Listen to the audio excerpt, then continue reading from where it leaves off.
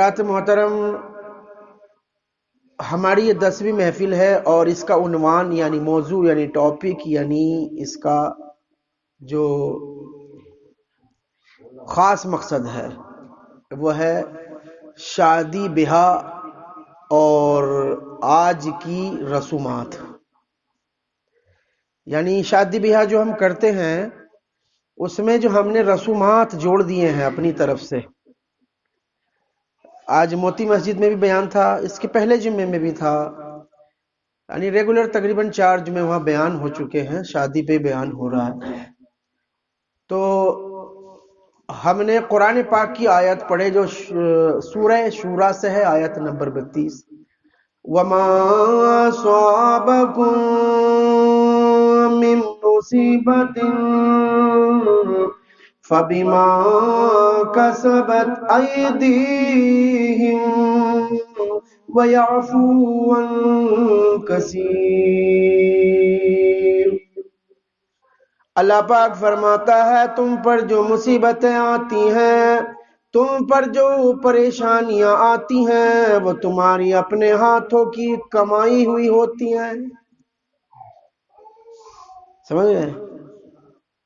تمہارے اپنے ہاتھوں سے کمائی ہوئی ہوتی ہیں، یعنی اس کا مطلب یہ ہے کہ تم خود پریشانی کو دعوت دیتے ہو۔ سمجھانے کے لیے اور آسان کروں، میرے نبی صلی اللہ تعالی علیہ وسلم ارشاد فرماتے ہیں نکاح کرنا آسان کرو، نکاح کرنا آسان کرو تاکہ زنا کرنا مشکل ہو جائے، ہے نا؟ اور آج نکاح کرنا بڑا مشکل ہے، زنا آسان ہو گیا ہے۔ زنا سمجھتے ہیں نا آپ؟ یعنی جس کو انگلش کا لفظ میں بڑا سخت خطرناک لفظ ہے، یوں سمجھیے کہ ایک نوجوان لڑکا لڑکی آپس میں حرام، اس کو زنا کہتے ہیں۔ یعنی یوں سمجھیے کہ نکاح کے ایک عورت ایک مرد پہ نکاح کے بعد حلال ہو جاتی ہے، حلال ہو جاتی ہے نکاح کے بعد۔ وہی کام اگر نکاح کے پہلے ہو تو وہ حرام ہے، اسے زنا کہتے ہیں۔ سمجھ گئے؟ اس کی سزا بڑی سخت ہے اللہ رسول کے یہاں۔ اے لوگوں توبہ کرو، استغفر اللہ رب من کل ذنب واتوب الیہ، اشہد ان لا الہ الا اللہ۔ یہ بہت خطرناک گناہ ہے۔ میرے نبی ارشاد فرماتے ہیں زنا کرنا مشکل ہو جائے، نکاح کرنا آسان کر دو۔ امت سے کہہ رہے ہیں، امت نے آج نکاح کرنا مشکل کر دیا۔ نہ 2 لاکھ ہوں گے نہ لڑکا نکاح کرے گا، نہ 2.5-3 لاکھ ہوں گے نہ لڑکی والا شادی کرے گا۔ مشکل کر دیا کہ نہیں؟ اس کا جواب قوم کو دینا ہے۔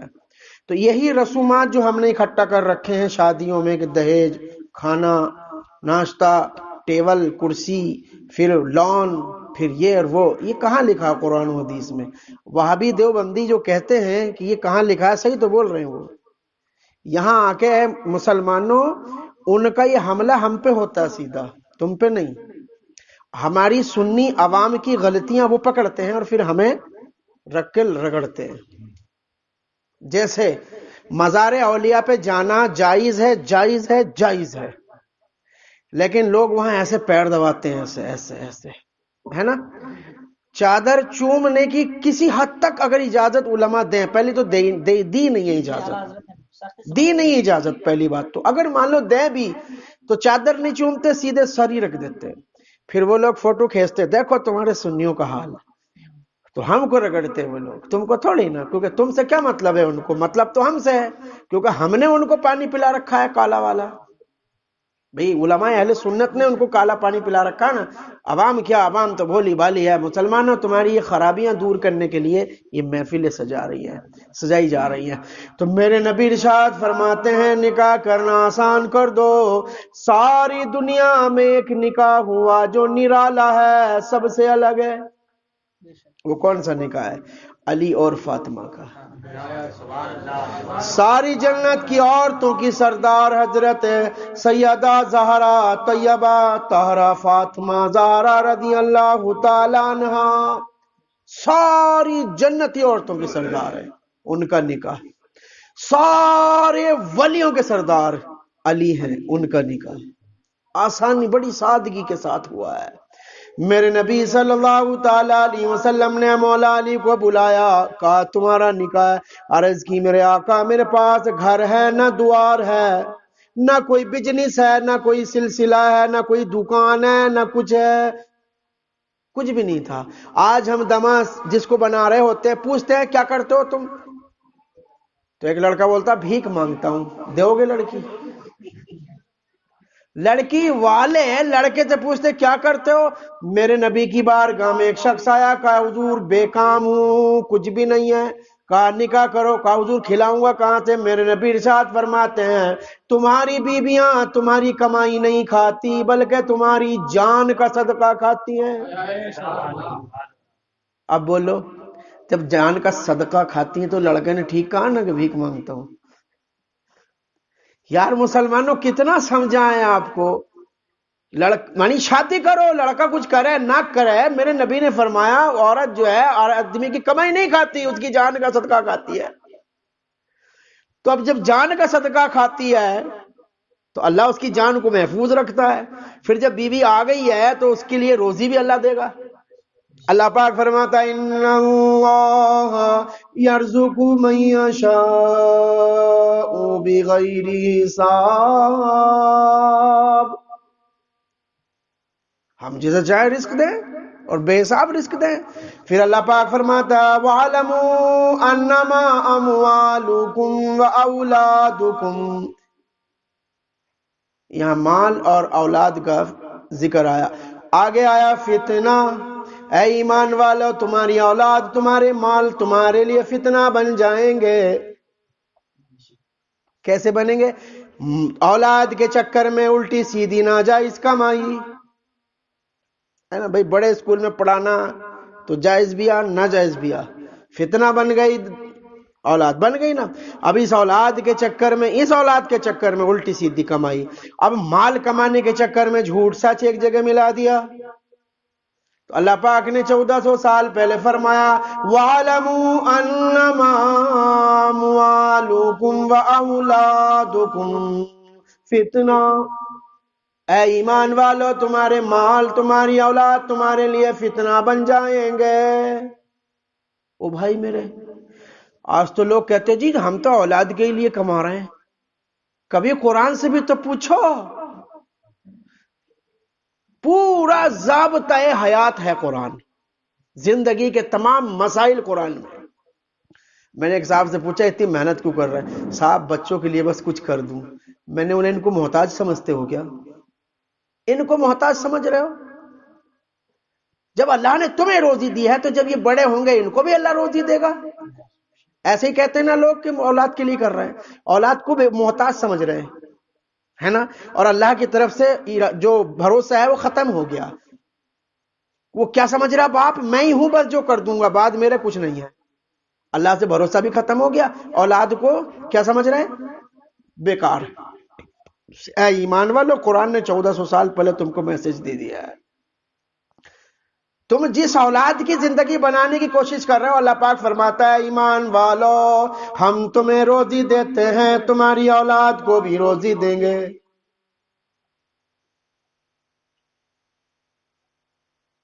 اللہ پاک کا وعدہ ہے ہم تمہیں روزی دیتے ہیں، تمہاری اولاد کو بھی روزی دیں گے۔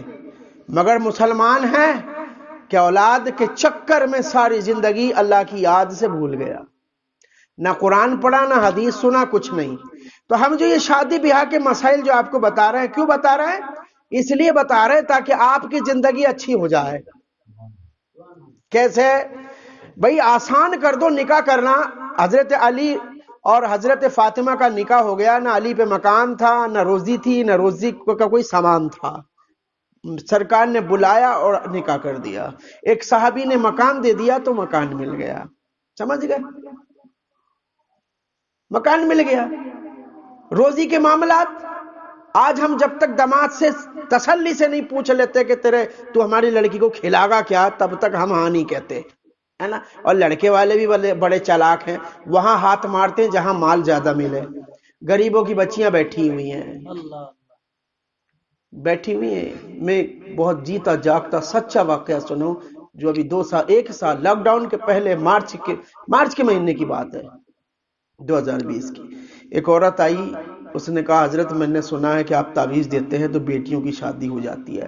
میں نے کہا میں نے ٹھانا ہے چھندواڑے میں کہ جتنی بیٹیاں 20 سال سے 25 سال سے 30 سال سے اوپر ہیں سب کی شادی کروانا ہے۔ میں تم نے صحیح سنا ہے، میں نے تعویذ لکھا۔ میں نے کہا جی بیٹی کی عمر کیا ہے، نام کیا ہے، سب پوچھنا پڑتا۔ کہا 28۔ میں سن کے حیران ہو گیا، 28 سال عمر ہے۔ کہا جی میرے شوہر انتقال کر گئے، کیا کرتی میں؟ پھر 28 کیسے ہو گئی؟ کہا جی 10 سال سے انتظار کر رہی ہوں۔ وہ کس بات کا؟ پھر وہ رونے لگی۔ جب ماں رونے لگی بیٹی بھی رونے لگی، مجھے بھی رونا آ گیا۔ اتنے زور زور سے انہیں روئی، چیخ مار کے، مجھے بھی رونا آ گیا۔ جب تھوڑی دیر کے بعد اس کو تسلی ہوئی، میں نے پانی دیا۔ کہا اماں یہ بتاؤ کس چیز کا انتظار کر رہی ہو تم؟ کہا میرے محلے میں پیسے والوں کا انتظار کر رہی ہوں کہ ان کی بیٹیوں کی شادی ہو جائے تو پھر میرے گھر بھی مہمان آئیں گے۔ پیسے والوں، یہ سچا واقعہ بتا رہا ہوں، سچا، جھوٹ اس میں اتنا بھی نہیں ہے۔ میں خود اندر سے خوب رویا کہ ہائے میری قوم نے کیا کر دیا ہے یہ، کہ میں 10 سال سے، یعنی 18 سال کی میری لڑکی ہوئی تو میری بھی تمنا ہے کہ میرے گھر پہ بھی بارات آئے، میرے گھر پہ بھی کوئی داماد بن کے آئے، میری بھی تمنا ہے، میں بھی رستہ دیکھوں کہ ہاں میرے گھر پہ مہمان آ رہے ہیں۔ میں 10 سال سے رستہ دیکھ رہی ہوں کہ اس کی شادی ہو جائے، اس کی ہو جائے، اس کی ہو جائے، اس کی ہو جائے، پھر میرے گھر مہمان آئیں گے۔ میں نے پوچھا پھر کیا ہوا؟ سب کی شادی ہو گئی، پھر میرے گھر بھی مہمان آئے میرے گھر مہمان، پھر شادی کیوں نہیں ہوئی؟ آ کے پوچھتے ہیں باپ کہاں ہے؟ انتقال کر گیا۔ جو دیکھ کے جاتے ہیں لوٹ کے نہیں آتے۔ وجہ پوچھے کہ لڑکی تو پسند ہے مگر باپ نہیں ہے، دھن نہیں ملے گا۔ کون دے گا جہیز؟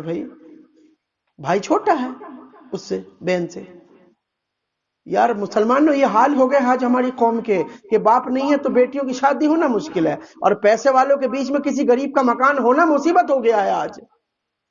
یہ سچا واقعہ مارچ کے مہینے کا بتا رہا ہوں، اور ایک ہفتے بعد لاک ڈاؤن ہو گیا تو میں نے بڑا دل تڑفا کہ اس کو تعویذ دیا، ہفتے میں اثر ہوتا، مہمان آتے، تو یہ لاک ڈاؤن بھی ہو گیا۔ بھئی تعویذ گھر پہ لگانے کو دیا، ایک پہننے کو دیا، اللہ کرم فرمائے کہ اس کو کوئی دیکھنے آئے، اس سے کوئی رشتہ کرنے آئے، ہفتہ بھر نہیں ہوا کہ لاک ڈاؤن ہو گیا۔ اب گھر میں رہو، گھر ہی میں رہو، پھر پتہ نہیں ہوا ہی نہیں، دوبارہ کچھ بات ہی نہیں ہوئی اس سے۔ مسلمانوں یہ حال ہو گیا آج ہمارا۔ اور کیا بولتے ہیں مسلمان؟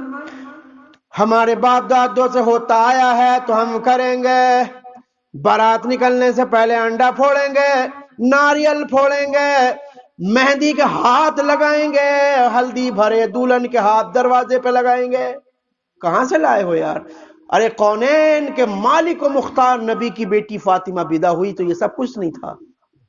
آج ان کی اولاد نے کربلا میں سر کٹا کے دین ہم تک پہنچا دیا ہے۔ تمہاری اولاد سے ہم کیا امید کریں گے؟ ناچنے گانے والی اولاد پیدا ہو رہی ہے آج، اس سے کیا امید کریں گے؟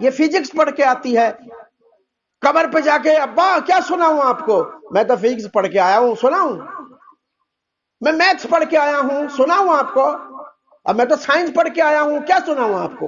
باپ کہے گا وہ سنا جس کے سننے سے قرار آتا ہے۔ کہا وہ تم نے پڑھایا ہی نہیں تو میں سناؤں گا کیا؟ باپو، جن اولاد کے لیے تم زندگی برباد کر رہے ہو، وہ اولاد قبر پہ کھڑی ہو کے بولے گی کیا سناؤں؟ تم اندر سے کہو گے کہ وہ سنا جس کے پڑھنے سے قرار آتا ہے دل کو۔ کیسے آتا ہے؟ الا بذکر اللہ تطمئن القلوب، وہ سنا جس کے سننے سے دل کو قرار آتا ہے۔ تو وہ جواب دے گا بیٹا کہ میرے باپ وہ تو نے پڑھایا ہی نہیں مجھے، تو میں کیا سناؤں؟ ساری زندگی اولاد کے لیے ہم نے برباد کر دی، کبھی قرآن کا میسج نہیں پڑھا ہم نے کہ قرآن نے ہم سے 1400 سال پہلے کیا کیا، تو پھر قرآن پھر یہ اولاد کا کرے کیا کریں؟ یہ تو ملی ہمیں تحفے میں، اور نہیں ہوتی اولاد تو لوگ ہمیں کچھ بھی کہتے۔ ایسے ہی ہے نا، بہو اگر 6 مہینے نہا لے تو ساس پیچھے پڑ جاتی ہاتھ دھو کے، نہ ہی رہی اب تک، اللہ رحم فرمائے، نندے پیچھے پڑ جاتی ہیں۔ کیا ہو گیا مسلمانوں تمہیں؟ تمہاری شروعات اقرا سے ہوئی تھی، اقرا پڑھو اللہ کے نام سے، اور تم کر کیا رہے ہو؟ تم ساری دنیا میں سب سے سرو شریشٹھ قوم ہو۔ اللہ نے نور کی مخلوق بنائی، فرشتوں کو نور سے بنایا، انسان کو مٹی پانی آگ ہوا روح سے بنایا، مگر انسان کو اللہ نے فرشتوں سے بھی افضل بنایا، فرشتوں سے بھی افضل بنایا انسان کو۔ پھر اس ساری دنیا میں ہزاروں دین ہیں، سینکڑوں 380 ملک ہیں، ہزاروں دین ہیں، اربوں انسان بستے ہیں، کیا یہ اس کا کرم کم ہے کہ تمہیں مسلمان باپ اور ماں کے گھر میں پیدا کیا ہے؟ اس کا کم کرم ہے یہ کہ اس نے ہمیں مسلمان ماں باپ کے گھر میں پیدا کیا ہے اور ہمیں کلمہ پڑھنے والا، نماز پڑھنے والا، قرآن پڑھنے والا، روزہ رکھنے والا بنایا، اور ہم ہیں کہ دنیا کی ترقی کی طرف دوڑ رہے ہیں۔ ایک بات بتاؤ، ہم مولوی صاحب بن کے کیا ہم بھیک مانگ رہے کیا؟ تمہارے امام ہیں، ہے نا؟ اور ایک انجینئر بن کے آتا ہے، حضرت سے بولتا ہے نماز پڑھا دیجئے، بھئی تو کیوں نہیں پڑھا دیتا؟ بولے آتا ہی نہیں مجھے۔ تم نے جس پڑھائی کو پڑھایا ہے وہ تمہارا اپنا بیٹا تمہاری نماز پڑھانے کو تیار نہیں ہے، دعائے مغفرت کے لیے ہاتھ اٹھانے کو تیار نہیں ہے، قبر پہ جا کے ہاتھ باندھ کے کھڑا ہے، منہ باندھ کے چپ، کیا کروں مجھے کچھ آتا ہی نہیں ہے۔ یہی 8-10 ہزار کے مولوی صاحب پھر دعا کے لیے ہاتھ اٹھاتے ہیں کہ اللہ مغفرت فرما دے۔ یار تمہیں ہو کیا گیا آخر؟ اور ایک بات بتا دوں، آپ کہو گے کہ ہم بچے اسکول سے ہٹا لیں، اگر اسکول کی ترقی اگر ہوا کرتی اسکولوں سے تو مجھے ایک بات بتا دو، رب ساری دنیا کا مالک ہے نا؟ مالک ہے نا ساری دنیا کا، پھر اس نے قرآن کیوں اتارا آسمان سے زمین پہ؟ کچھ اور اتارتا؟ اگر قرآن کے علاوہ ترقی ہویا کرتی ایمان والوں کی تو کچھ اور اتارتا، لیکن جب اس نے توریت اتارا اور واپس لے لیا، انجیل اتارا واپس لے لیا، زبور اتارا واپس لے لیا، قرآن اتارا اور اس کی حفاظت کا ذمہ لیا ہے، اس کا ذمہ بھی لیا ہے۔ اللہ پاک فرماتا اِنَّا نَحْنُ نَزَّلْنَا الذِّكْرَ وَإِنَّا لَهُ لَحَافِظُونَ، ہم نے اس کو نازل کیا ہے اور ہم ہی اس کے حفاظت کے مالک ہیں۔ اللہ پاک نے فرمایا ہم ہی اس کی حفاظت کریں گے، تم اس میں گڑبڑ کر کے دکھاؤ ہم تمہارے ہاتھ پیر توڑ دیں گے۔ اللہ پاک فرماتا ہے اس کا مطلب یہ ہے کہ قرآن ہی سے ہمیں ترقی حاصل کرنا ہے، قرآن ہی وہ چیز ہے جو ہمیں دنیا میں بھی آباد رکھے گی اور بعد دنیا کے بھی آباد رکھے گی۔ اب آپ کہیں گے کہ جو اسکول آؤ، میں اب آپ کو 100 سال پہلے لے چلتا ہوں، ہم نے اعلیٰ حضرت کو مولوی صاحب سمجھ لیا، بس اعلیٰ حضرت نے سائنس پہ کتابیں لکھی ہیں، سائنس پہ کتاب لکھی، لیکن قرآن سے ثابت کیا کہ اللہ نے سائنس کا ذکر قرآن میں فرمایا۔ ورنہ ایک بات بتاؤ، سائنس آیا کہاں سے؟ اس آدمی کا نام بتاؤ جس نے سائنس کو پیدا کیا، نہیں ہے، کوئی نام ہی نہیں ہے۔ جس آدمی نے سائنس پیدا کیا ہے اس آدمی کا نام بتاؤ، آج تک نہیں پتا چلا، ہماری عمر ہو گئی 44-45 سال، ہم چلاتے چلے آ رہے ہیں، بتاؤ اس آدمی کا نام جس نے سائنس کو پیدا کیا ہو، کوئی نام بتاتا ہی نہیں ہے۔ آخر میں ساری کڑی جڑ کے قرآن تک پہنچ جاتی ہے، قرآن نے بتایا کہ سائنس ہے، سائنس پہ قرآن میں آیتیں نازل ہوئی ہیں، اعلیٰ حضرت نے سائنس پہ کتابیں لکھی ہیں، فزکس پہ کتابیں لکھی ہیں، گنت پہ کتابیں لکھی ہیں، آپ نے سوشل سائنس پہ کتابیں لکھی ہیں، آپ نے جو سماجک وگیان لکھا ہے وہ 30 جلدوں میں ہے، فتاوی رضویہ، وہ سماجک وگیان ہے، فتاوی رضویہ، جس کی 30 کتابیں ہیں، اتنی موٹی موٹی 30 کتاب۔ یار ان سے بڑا کوئی سماجک وگیان لکھنے والا بھارت میں آج دیکھنے میں نہیں آتا، لیکن ہم نے انہیں مولوی صاحب سمجھ کے چھوڑ دیا، بات ختم، مولوی صاحب ہے۔ ارے اتنا بڑا ماسٹر ہے، میں آپ کو بتا دوں، ایک تعویذ ان سب میں سے کوئی نہیں لکھ سکتا جو ہم آپ لکھ لیں گے، 3 لوگ۔ اعلیٰ حضرت ایسا 16,000 طریقوں سے تعویذ لکھتے تھے، 16,000 طریقوں سے، پاگل ہو گئے لوگ گڑت لکھنے والے کہ ہم پھیل ہیں یار اس آدمی کے سامنے، 16,000 طریقے سے تعویذ لکھتا ہے۔ تو جو کتاب لکھی آپ نے گڑت پہ، بڑے بڑے فرانس میں بڑے بڑے جو ہے مطلب جو گڑت کے ماسٹر تھے، فیل ہو گئے، دیکھ کے فیل ہو گئے، کتاب کا نام پڑھتے نہیں آ رہا ان سے۔ اور چیلنج ہے میرا یہ، ہندی میں یا انگریزی میں اگر کتاب آپ جو ہے فیس بک پہ دیکھ لیجئے، یوٹیوب پہ دیکھ لیجئے، آپ سے نام پڑھتے نہیں آئے گا۔ انہوں نے 1730 کتابیں لکھی ہیں، کتنی؟ ہم انہیں مولوی صاحب سمجھ کے چھوڑ دیے، بس مولوی صاحب ہے۔ اگر ہم انہیں اپنا امام سمجھتے، اپنا رہنما سمجھتے تو اے لوگوں مجھے ایک بات بتاؤ، آج جو ہم پریشان ہیں نا، اور ہم جو قوم کو آج کھٹی میٹھی سنا رہے ہیں، قوم کو آج جو کھٹی میٹھی سنا رہے ہیں، ضرورت ہی نہ پڑتی، کیوں نہیں پڑھتی؟ کیونکہ اگر ہم 100 سال پہلے اعلیٰ حضرت کی بات مان لیتے تو آج ہمارے خود کے اپنے اسکول ہوتے ہے نا، اور اسکول میں انگریزی بھی ہوتی، ہندی بھی ہوتی، اردو بھی، عربی بھی، سائنس بھی، سوشل سائنس بھی، کیمسٹری بھی، فزکس بھی،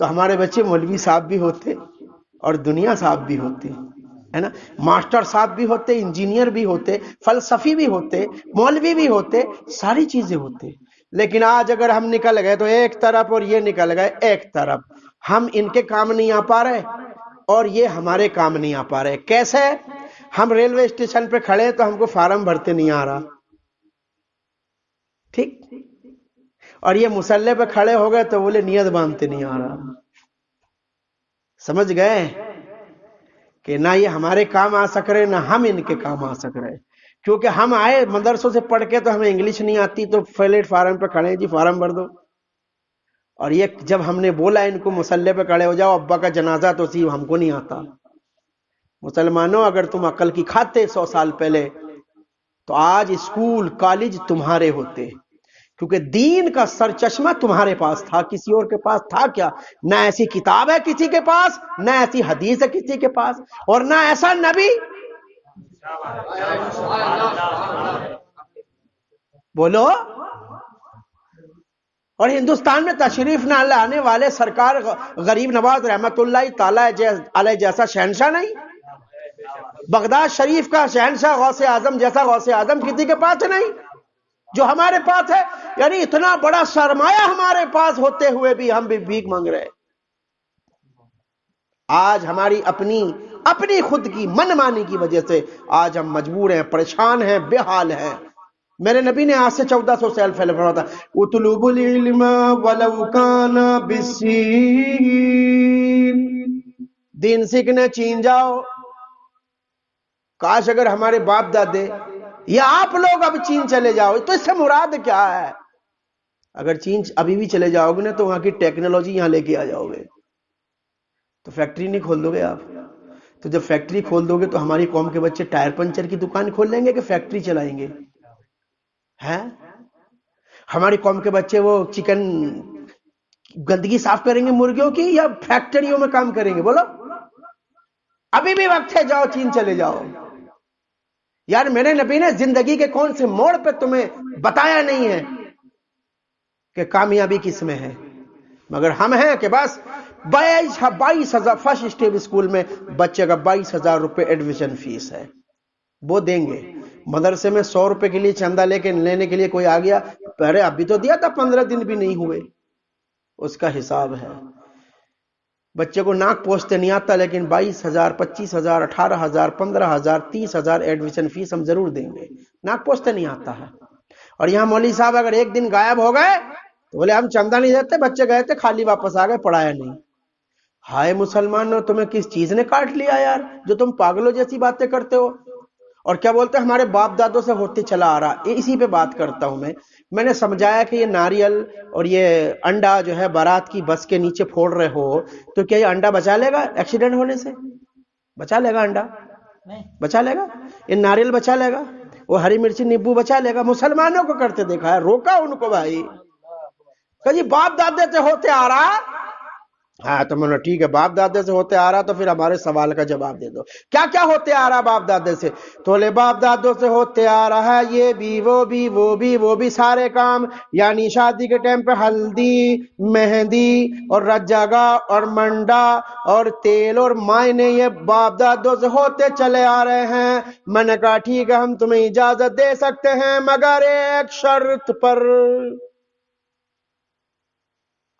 اگر آپ لوگ دیکھیے اسلام میں صرف نکاح اور نسبت نکاح کا ذکر ہے، جسے سگائی کہتے ہیں۔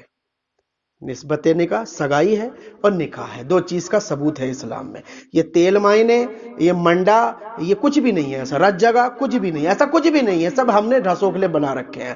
اور اس کو جاری رکھنے کے لیے ہمارے مسلمان گھروں کی سیانی بڈھی عورتیں، جوان مرد، بڈھے مرد مولویوں کے گریبان پکڑ لیتے ہیں، تم کون ہوتے ہو ہمارے گھر کے بیچ میں مجھے بولنے والے؟ تو معاملہ آ گیا، پھنس گیا میں ایسا ہی۔ اور کہاں پھنسا ہوں گا؟ رشتہ داری میں ہی پھنسا ہوں گا. تو میں نے بولا میں اجازت دے سکتا ہوں، تم منڈا بھی کرو، تیل بھی کرو، معنی بھی کرو، کیونکہ تمہارے باپ دادوں سے ہوتے آئے ہیں. میری بس ایک شرط ہے، اس کو مان لو. بولے کیا؟ تمہارے باپ دادوں کے 10 12 12 بچے تھے، تمہارے 2 کیوں ہیں؟ بولو ہے جواب؟ تمہارے باپ دادا کے 10 12 12 بچے ہوئے، تمہارے 2 کیوں ہیں؟ اس بات پہ نہیں کہو گے کہ باپ دادا کے 12 تھے تو ہم 15 کریں گے. مسلمان تجھے کاٹا کس چیز نے ہے آخر جو تو پاگل ہو گیا ہے؟ میرے نبی صلی اللہ علیہ وسلم کا فرمانا ہے ایسے خاندان کی بیٹی سے نکاح کرو جس کے خاندان میں اولاد اچھی پیدا ہو، زیادہ پیدا ہو، اور بہادر پیدا ہو. آؤ بات سناتا ہوں. حضرت فاطمہ زہرا رضی اللہ تعالی عنہا کا جب انتقال کا وقت قریب آیا، آپ نے سرکار مولا علی مشکل کشا کو یاد فرمایا.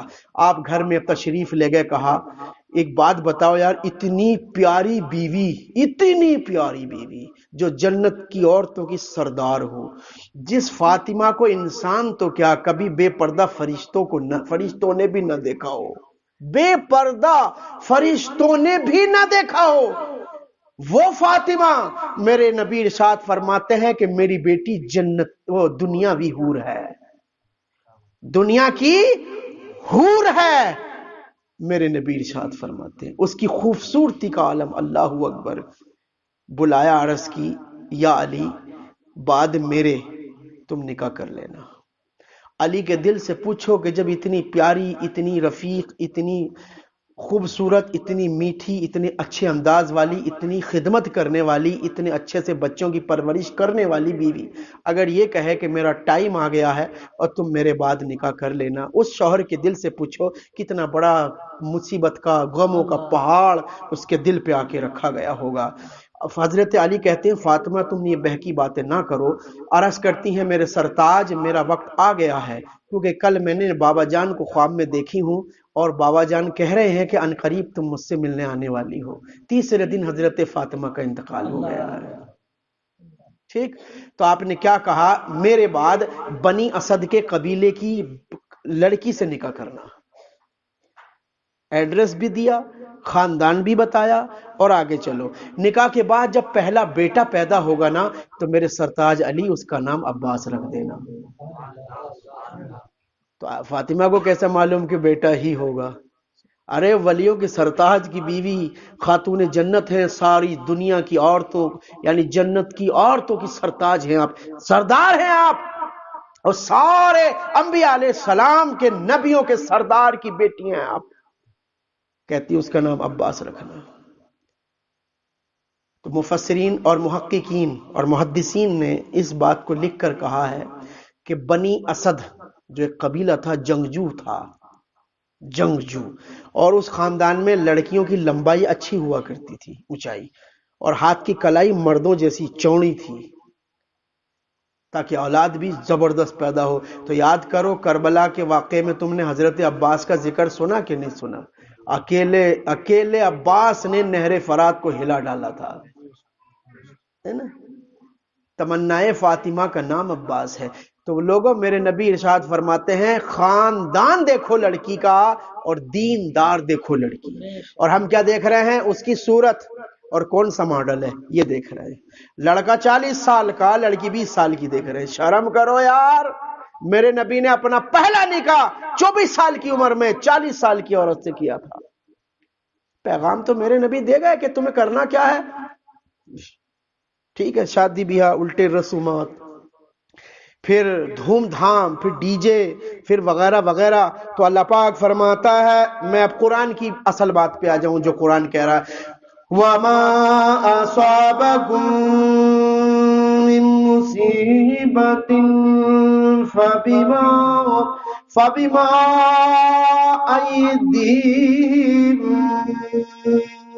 فَبِمَا كَسَبَتْ أَيْدِيهِمْ وَيَعْفُو عَن كَثِيرٍ. اللہ پاک فرماتا ہے قرآن پاک میں سورہ شورى آیت نمبر 32 میں، تم پہ جو مصیبتیں آتی ہیں نا وہ تمہاری خود کی کمائی ہوئی ہوتی ہے. اللہ کا قانون توڑا، نبی کا قانون توڑا، ڈانس کرتے ہوئے بارات لے گئے، دولہا کا وضو ہے نہ دولہن کا ہے، نکاح پاڑ لیے، ایک سنت ادا کرنے گئے، ایک سنت کا قتل۔ برکت ہوگی اس شادی میں؟ مصیبتیں نہیں آئیں گی تو کیا کہ رحمت کے بادل آ کے گھر میں برسیں گے؟ ایک سنت ادا کرنے جا رہے، دوسری سنت کا قتل کرتے جا رہے۔ اتنی بڑی بھی ہے نا کسی دولہا کی، اتنی بڑی بھی تو معلوم ہے صبح تاکہ کوئی کھوٹی بھی نہ دکھائی دے بال کی۔ میرے نبی کی بارگاہ میں ایک نوجوان آئے، عرض کی یا رسول اللہ میرے ماں باپ نا شادی کرنا چاہتے ہیں لیکن میں تو شادی کے لائق نہیں ہوں، مجھے کوئی نسخہ بتا دیجئے۔ میرے سرکار فرماتے ہیں تو نوجوان ہے، تو داڑھی رکھ لے۔ کچھ تو کہہ دو یار، داڑھی رکھ لے۔ عرض کی یا رسول اللہ کوئی دوا؟ کچھ نہیں، بس داڑھی رکھ لے۔ کہا ٹھیک۔ کچھ دن کے بعد آئے، خوشی خوشی تحفے بھی لائے، میرے آقا میں شادی کے لائق بھی ہو گیا اور شادی بھی ہو رہی ہے۔ میں نے کتاب پڑھا ہے بہت پہلے، پڑھائی کے دور میں، آپ کو نام بتا دیتا ہوں، داڑھی اور سائنس۔ داڑھی اور سائنس، ایک سائنٹسٹ نے ایک کتاب لکھی ہے، میں نے نہیں لکھی، سائنٹسٹ نے لکھی ہے، اور اس نے ثابت کیا ہے کہ مسلمانوں کی عقل خراب ہو گئی کہ داڑھی کٹواتے ہیں۔ سائنٹسٹ لکھ رہا ہے، کتاب کا نام ہے داڑھی اور سائنس، خرید کے پڑھ لینا، اس کا سائنٹسٹ کا نام بھی ہے اس میں، کہ مسلمانوں کی عقل خراب ہو گئی، داڑھی کٹواتے ہیں۔ بولے کیوں؟ اگر عقل اچھی ہوتی تو داڑھی نہ کٹواتے، کیونکہ ان کے نبی کی پسندیدہ سنتوں میں سے ایک سنت ہے۔ اور میری سمجھ میں نہیں آتا کہ مسلمان کہتے ہیں کہ نبی پڑھے لکھے نہیں تھے، مگر اتنے بڑے حکیم، اتنے بڑے ڈاکٹر، اتنے بڑے فلسفی، اتنے بڑے سائنٹسٹ، اتنے بڑے ماسٹر کے زندگی کا کوئی پہلو باقی نہیں جس کے لیے حضور نے فرمایا نہ ہو۔ کیسے ہو سکتا ہے کہ وہ پڑھے لکھے نہ ہوں گے؟ ہاں ہو سکتا ہے کہ دنیا نے نہ پڑھایا لیکن اللہ نے ضرور پڑھا کے بھیجا ہے۔ سمجھ رہے؟ کہا کہ میں نے جب داڑھی پہ ریسرچ کیا تو میرے سمجھ میں آیا کہ ساری جسم کا وجود، سارے جسم کا سسٹم جو ہے سر سے ہے، اور اسی لیے اللہ نے سر کو اوپر بنایا، اور یہ دماغ جو ہے نا، دماغ، یہ ساری نسیں جو ہے دماغ میں گئی ہیں تو سامنے سے گئی ہیں، سامنے سے گئی، پیچھے سے نہیں گئی۔ خون کی دو رگ ہیں، ایک یہ گئی اور اد بھی اس سے گھوم کے پیچھے سے لوٹ گئی ہیں، اور جو ساری نسیں ہیں وہ یہاں سے گئی ہیں۔ انسان کی خوشی، انسان کا غم، انسان کا غصہ چہرے پہ دکھتا ہے نا، ساری نسیں چہرے کے سامنے سے گئی ہیں۔ تو داڑھی رکھنے سے پہلا فائدہ یہ ہے کہ سورج کی پرابینگنی کرنیں یہاں نہیں پڑتی، جس سے انسان کی جاذبت یعنی خوبصورتی ختم نہیں ہوتی، پہلی بات۔ دوسری چیز یہ کہ یہاں جو انسان داڑھی رکھتا ہے اور چھورا نہیں چلاتا، اس لیے داڑھی رکھنا مسلمانوں کے نبی نے بہت سختی کے ساتھ عمل کرایا، کیونکہ جو داڑھی رکھتا ہے وہ کبھی نامرد نہیں ہو سکتا۔ یہ سائنٹسٹ کہہ رہا ہے، کیونکہ بار بار چھرا لگنے سے جس چیز کو بار بار رگڑو وہ برباد ہو جاتی ہے۔ اور ایک چیز، اور تیسری چیز بتاؤں آپ کو، جس آدمی کی داڑھی پہلی بار نکل کے آئی اور اس نے زندگی میں کبھی اس کو نہ کاٹا ہو، اس کو پیرالائز نہیں ہوگا، اس کو برین ہیمریج نہیں ہوگا، اس کو وہ ڈائبٹیز نہیں ہوگا، اس کو بلڈ پریشر نہیں ہوگا۔ گن کے رکھ لو، 5 بیماری نہیں ہوگی جس کی آئی اور اس نے کبھی نہیں کٹوایا، مطلب چھلوایا نہیں۔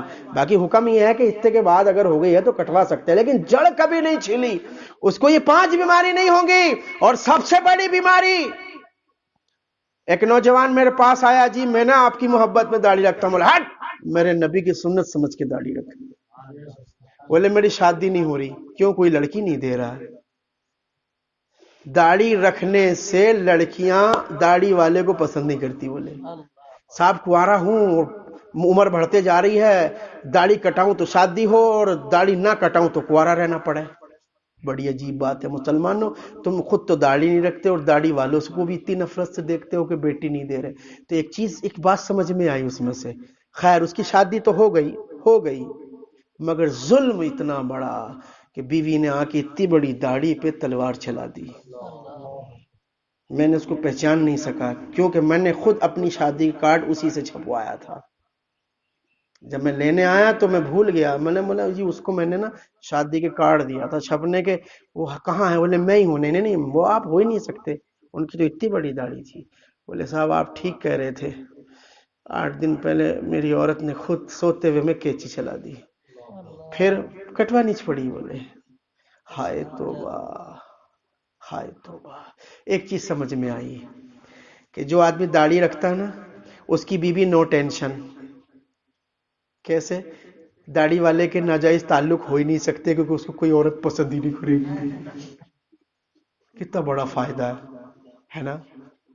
عورتوں کو بڑا صدمہ رہتا ہے کہ اس کا آدمی کہیں کسی اور سے ناجائز تعلق نہ جوڑ لے۔ ہر عورت کو ڈر لگا رہتا ہے نا، داڑھی رکھ لو، یا عورتیں اپنے آدمی کو داڑھی رکھوا دیں اور چین کی نیند سوئیں، کیونکہ داڑھی والوں کو کوئی پسند ہی نہیں کرتی ہے۔ کنوارے رہ جا رہے ہیں لڑکے، تو جب لڑکے کنوارے رہ جا رہے ہیں داڑھی کی وجہ سے، تو لڑکوں سے جو آگے نکل گئے 2 بچے 3 بچوں کے باپ، کیا ان کو کوئی پسند کرے گی؟ دنیا بھی یہ فائدہ ہے۔ اے مسلمانوں، تم نے خود اپنی نشانیوں کو خود مٹایا ہے، اور اب تم مٹائے جا رہے ہو، تم پر ستائے جا رہے ہو، تو اس میں خطا کسی کی نہیں ہے۔ اللہ پاک نے صاف فرما دیا تمہاری جو مصیبتیں آ رہی نا وہ تمہاری خود کی کمائی ہوئی ہے۔ وقت کا کتنے ذرا بتاؤ تھوڑا سا کتنا ہو گیا؟ جی 4 منٹ باقی ہیں۔ دیکھو 4 منٹ میں جو باتیں ہو جائیں درود شریف پڑھیں، اللہم صلی علی سیدنا و مولانا محمد وبارک وسلم علیہ صلاۃ و سلاما علیک یا رسول اللہ صلی اللہ تعالی علیہ وسلم۔ تو نہ دولہا وضو سے ہے نہ دلہن وضو سے ہے، تو پھر پڑھانے والے سے کون پوچھے گا، نکاح پڑھانے والے سے، کہ تیرا وضو ہے کہ نہیں ہے؟ پچھلے ہفتے موتی مسجد میں بیان تھا، میں نے کہا کہ نہ دولہا وضو سے نہ دلہن وضو سے، تو پھر ایسے نکاح میں برکت آئے گی کہاں سے؟ جو بے وضو کام ہو رہا ہو، نہ نماز بے وضو پڑھی جاتی ہے نہ قرآن بے وضو پڑھا جاتا ہے۔ یار تم نکاح ساری زندگی لائف سٹل کر رہے ہو اور بے وضو، تو اتنا پوتا جاتا ہے لڑکی کو، ڈینٹنگ پینٹنگ وغیرہ وغیرہ، وہ برلا وائٹ اور لیکمی کاجل کا کیا کیا وہ پوتا جاتا ہے۔ میں پوچھا ایک جگہ، لڑکی سے کہا بیٹی ہم تیرا نکاح پڑھانے فلانے لڑکے سے جا رہے ہیں، تیرا وضو ہے کہ نہیں؟ لڑکی ساٹھ اپ، مولوی صاحب ایسا کون پوچھتا جی؟ میں نے کہا دیکھ بیٹی کوئی کام بے وضو نہیں کرنا چاہیے، لائف ڈسٹرب ہو جاتی ہے۔ وہ فوراً اٹھی، اس کی سہیلیوں نے اسے ہاتھ پکڑ کے نیچے بٹھایا، پوری محنت بیکار ہو جائے گی۔ بولے 1 گھنٹے سے سجا رہے تھے تجھے، کہا تمہاری محنت جائے ایک طرف، میں اپنی لائف میں کوئی ڈسٹرب نہیں چاہتی۔ تم نے سجایا تھا 1 گھنٹے میں، دوبارہ سجا دینا۔ مولوی صاحب آپ انتظار کر سکتے ہو کہ جب تک میں وضو کر کے آ جاؤں؟ میں نے کہا بیٹی تو غسل کر کے آ جا، میں انتظار کرنے بیٹھا ہوں۔ تو اس نے کہا بالکل ٹھیک، آج پہلی بار پتا چلا کوئی ایسا مولوی آیا کہ جس نے وضو کروا کے نکاح پڑھوایا۔ یہ نکاح ٹوٹ نہیں سکتا انشاءاللہ۔ کیوں؟ اور جس نکاح میں برکت ہوگی وہ ٹوٹے گا کیوں؟ ٹوٹے گا وہ جس میں برکت نہ ہو۔ دولہا کو 25 ہزار کا وہ پہناتے پھولوں کا ہار، لیکن وضو ہے کہ نہیں پتہ نہیں۔ پچھلے سال 6 جنوری کو شادی تھی میرے رشتے کے سالے میں، بارات پہنچ گئی، دولہا کو سہرا پہنا دیا گیا، ناگپور سے آیا پیور گلاب والا، اور پہنانے والا بھی آیا، آدھا پہن چکا تھا، واپس کرو، اتارو پہلے وضو کر میرے بھائی۔ بولے کیوں؟ بے وضو نکاح پڑے گا تو رستے میں ٹوٹ جائے گا، سوچ لے رستے میں ہی ٹوٹ جائے گا۔ بولے کوئی جگاڑ؟ بولا کوئی جگاڑ نہیں، واپس اتار، پورا اتروایا اور چل سامنے بیٹھا کے وضو کروایا، وضو کر۔ بولے اگر دلہن نے کرا ہوگا کہ نہیں؟ بولا اب بھی فون لگاتا ہوں میں دلہن والوں کو، وضو کراؤ، جتنی ڈینٹنگ پینٹنگ پتائی اتائی ہے سب چھوٹ جائے، لیکن زندگی کی پتائی نہ چھوٹنے پائے۔